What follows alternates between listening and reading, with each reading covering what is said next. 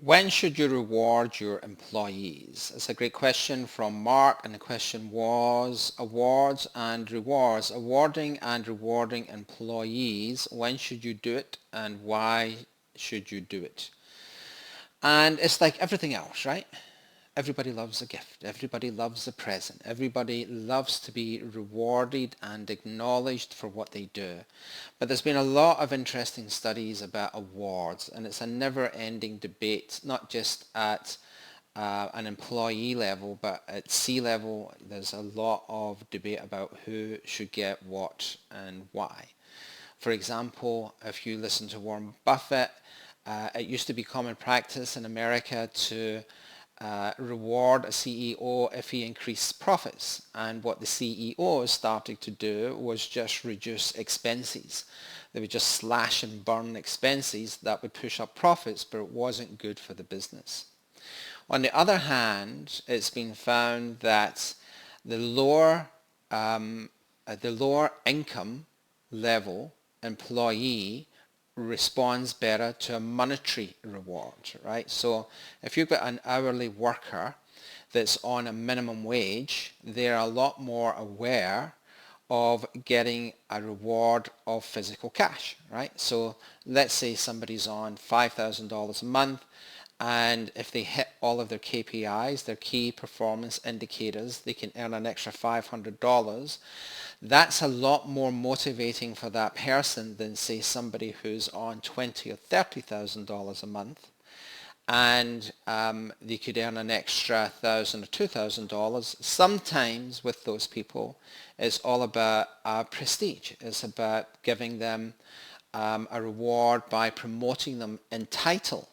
That can be just as important as giving somebody a monetary reward. So it's not a one size fits all. It depends what the person does. It depends how integral to the business that person is, and it's giving the right reward for the right thing.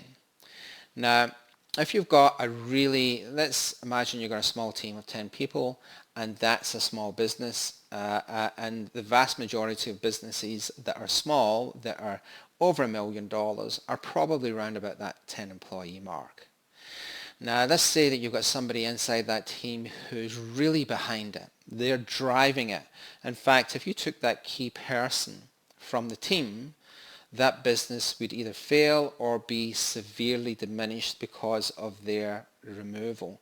Then that person has to be rewarded in a different way. That might be with equity in the company. That might be with a share in the profits. That might be by being made a partner. So you don't want to ever be in a position where you resent rewarding somebody because of what you have to give them monetarily, or even prestige, because it takes away from you, because you need people like that. You need people who drive your business forward. In fact, you want to find as many of those A-grade players as you can, and they're not easy to find. Over 30 years in business, I could probably count in one hand the number of people who would fall into that category. And if you don't look after them, if you don't reward them properly, they'll leave, right? If you can show them, if you can paint a picture, if the video that you're trying to paint in their head, you can show them that this is where you're going to share in the success of this business with me, and it's not worth leaving to try and found your own business. That's a much better situation than losing that person that could take away your staff, that could take away a lot of revenue. It could really be detrimental to the business. So I'm very much of the philosophy, Mark, that there's enough money in the world for everybody. You don't have to hoard it. You don't have to try and keep it to yourself. It should be a generous thing, especially if your company's doing well.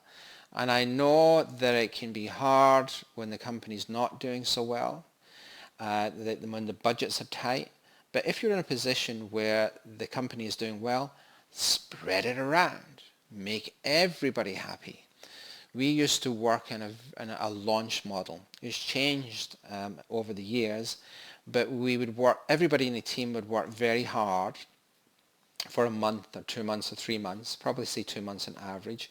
We'd have the launch, we'd make a lot of money, and then I would take a portion of that money and distribute it, so 10% of the profits, for example, and just give it to everybody as a an ad hoc bonus. Split that 10% between the people, and then everybody would get a little bonus of 5,000, 10,000, and it made them excited about doing launches, and it made them excited and interested to make sure that that launch worked. There's other ways that people have almost built-in rewards. So very common to give a 13th check at Christmas. So if you're paying everybody on a monthly basis during the Christmas month, give them a 13th check.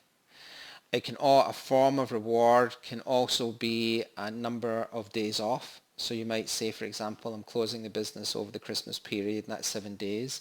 You're going to be paid for it along with your annual leave, and that's a kind of bonus.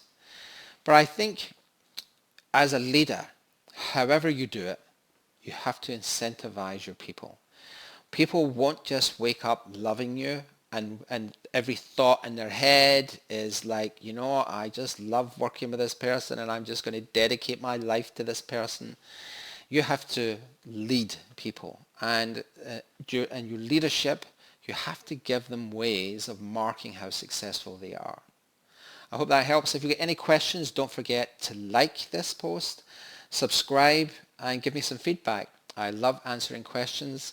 It means I don't have to think too much about what to say for my content. So please keep the questions coming. Thanks for listening.